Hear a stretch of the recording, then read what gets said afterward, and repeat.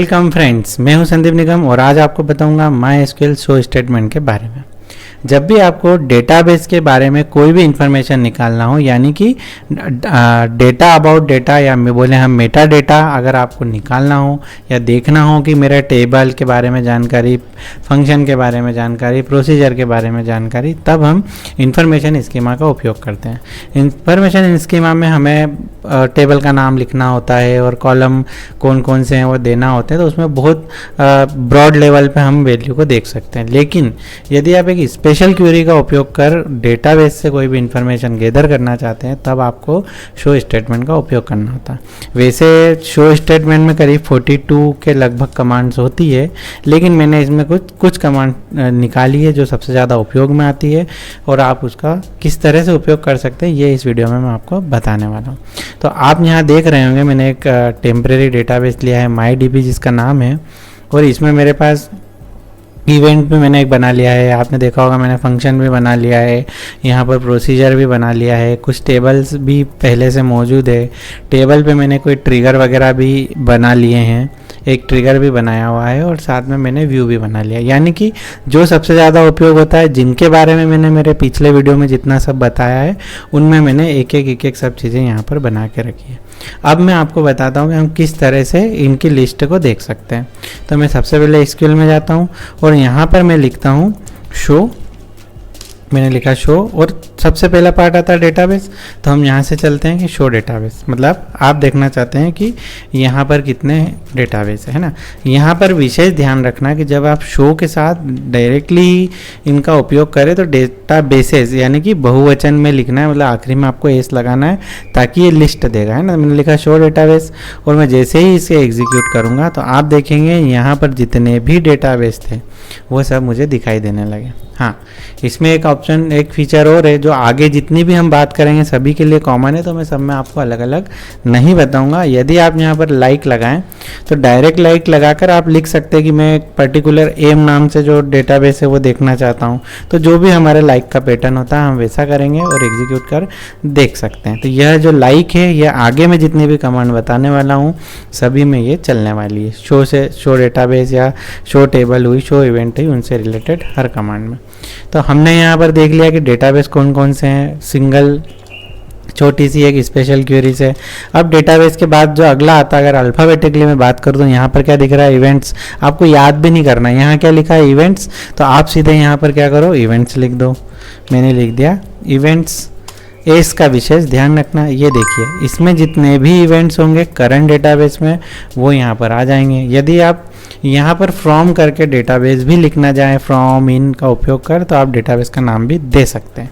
लेकिन हम एक करंट डेटाबेस में देख रहे हैं तो हमको केवल शो इवेंट्स ही लिखना है।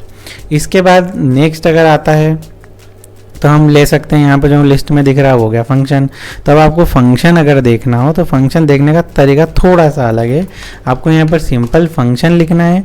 आप अगर PHP में एडमिन का उपयोग करते होंगे तो यहाँ पर लिस्ट में फंक्शंस आएंगे भी नहीं। तो आपने फंक्शन लिखा और उसके बाद आपको लिखना होता है स्टेटस। बस इतना करें और एग्जीक्यूट कर दें तो यहाँ पर क्या होगा, देखो जो भी फंक्शन, जितने भी फंक्शन इसमें बने होंगे सारे फंक्शन आपको दिखाई देंगे। उनका नाम क्या है, फंक्शन टाइप क्या है, उनका डिफाइनर क्या है, मॉडिफाई कब हुए थे, क्रिएटेड कब हुए थे, ऐसी जितनी भी इंफॉर्मेशन है आपको फंक्शन से रिलेटेड यहाँ पर मिल जाएगी। सेम जैसा हमने फंक्शन करा वही काम हमको क्या होता है, प्रोसीजर देखना है तो सेम वही का वही हम प्रोसीजर भी देख सकते हैं। तो हमारे इस डेटाबेस में जो भी प्रोसीजर, ये सब मेरे द्वारा बनाए हुए जो टॉप में दिख रहे हैं, और ये सिस्टम जनरेटेड प्रोसीजर है ना। तो यह आपको सब यहाँ से देख सकते हो। इसके अलावा बात करते हैं हम टेबल की।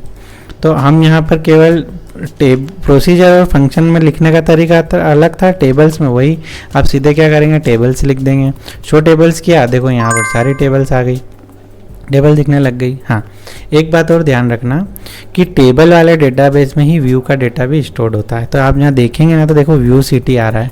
व्यू सिटी जो है ये क्या है, ये हमारी एक व्यू बना हुआ है। तो यहाँ पे देखोगे तो व्यू के अंदर मैंने एक व्यू सिटी बना रखा है, तो वो व्यू सिटी यहाँ पे दिखाई दे रहा है। तो टेबल जब देखोगे तो उसमें टेबल और व्यू दोनों आते हैं। हाँ, अब आपका एक क्वेश्चन उठ सकता है कि मुझे केवल टेबल ही देखना है तो मैं क्या करूँगा। तो आप यहाँ क्या करेंगे, थोड़ा सा इस कमांड को थोड़ा सा चेंज करके लिख देंगे कि यहाँ लिख दोगे आप शो और यहाँ आप लिख दोगे फुल और लिखोगे सेम टेबल्स, और यहाँ पर आप कंडीशन लगा दो वेयर। पहले मैं इसको बिना कंडीशन के बताता हूँ कि शो फुल टेबल्स आपने यहाँ पे लिखा, इसे एग्जीक्यूट किया। अब देखो आप टेबल के नाम और उसके साथ पीछे टेबल टाइप आ गया, टेबल टाइप में व्यू अलग आ गया, बेस टेबल अलग आ गई। अब आपका क्वेश्चन क्या था कि मुझे केवल टेबल के नाम देखना है, तो आप यहाँ क्या करोगे, यहाँ लिख दोगे वेयर, और आपको कॉलम का नाम यहाँ ऊपर दिखाई दे रहा है टेबल टाइप, तो आप यहाँ लिख दोगे टेबल अंडर इसको टाइप इक्वल टू, हमने क्या पढ़ा अभी बेस टेबल, तो आप यहाँ पर लिख दीजिए बेस टेबल। तो ये क्या होगा, केवल टेबल आ जाएगी, है ना। यहाँ पर आप एग्जीक्यूट करेंगे तो देखो केवल टेबल आ गई। अब अगर आपको कोई बोले मुझे व्यू देखना है, तो आपको कुछ भी नहीं, सेम इसी में यहाँ पर आप व्यू लिख दीजिएगा, तो क्या होगा कि यहाँ पर व्यू आ जाएगी। तो हमने अभी तक डेटाबेस का, इवेंट का, फंक्शन का, प्रोसीजर का, टेबल का, जिसमें व्यू भी शामिल थे, केवल टेबल का और व्यू का, सारे सिस्टम यहाँ तक के हमने इसमें देख लिया। अब अगर मैं बचने की बात करूँ तो हमारे पास बचता है ट्रिगर, क्योंकि हमने तो ट्रिगर भी सीखे थे। तो ट्रिगर देखना हो तो फिर सिंपल सा ही है, यहाँ पर आप क्या करना है, ट्रिगर्स लिख देना, और ट्रिगर्स लिख के आप जब शो करेंगे तो आपको जितने भी ट्रिगर होंगे, मैंने केवल एक टेस्टिंग के लिए बनाया और उसमें कोई डेफिनेशन भी नहीं लिखी है, नहीं तो वो भी यहाँ दिखाई देती है। तो केवल एक ट्रिगर बनाया था तो वो यहाँ पर दिखाई दे गया। हाँ, एक चीज़ और मुझे जो लगी थी जो काम आती है वो ये हो गया कि आप यहाँ पर कॉलम भी देख सकते हैं। तो उसके लिए लिखने का तरीका क्या होता है, आप यहाँ लिखोगे शो कॉलम्स, और कॉलम्स के बाद आप किसके कॉलम्स, तो हमको यहाँ पर देना होता है फ्रॉम, और फ्रॉम करने के बाद हमको देना होता है टेबल का नाम। तो हम किस टेबल का कॉलम देखना चाहते हैं, तो मेरे पास जो टेबल है, कोई भी एक टेबल उठा लेता हूँ, मैं चाहता हूँ CTMST का देखना चाहता हूँ। तो आप जब ऐसा करेंगे तो आपको CTMST के जो भी कॉलम की डिटेल है वो यहाँ पर मिल जाएगी।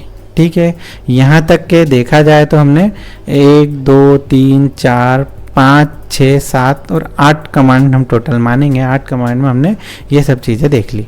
अब एक और आता है कि आपको अगर इनके क्रिएट सिंटेक्स देखना हो, तो सेम मैंने जो अभी बताया उसमें हल्का सा आपको चेंज करना है कि मैं चाहता हूँ क्रिएट डेटाबेस सिंटेक्स देखना, तो आपने क्या लिखना है, शो, और यहाँ पर लिखना है क्रिएट, और यहाँ लिखना है डेटाबेस। अब अंतर क्या आ गया, पहले हमने डेटाबेसेस लिखा था, अब डेटाबेस लिखेंगे। क्यों, क्योंकि अब हम एक सिंगल का ही क्रिएट देख पाएंगे, और इसके बाद आपको उस डेटाबेस का नाम देना होता है। तो मैंने लिखा शो क्रिएट डेटाबेस, और अब मैं यहाँ लिखूँगा डेटाबेस का नाम। तो डेटाबेस का नाम क्या हो गया, तो मैं देखना चाहता हूँ MyDB का, मेरा वाला जो डेटाबेस है।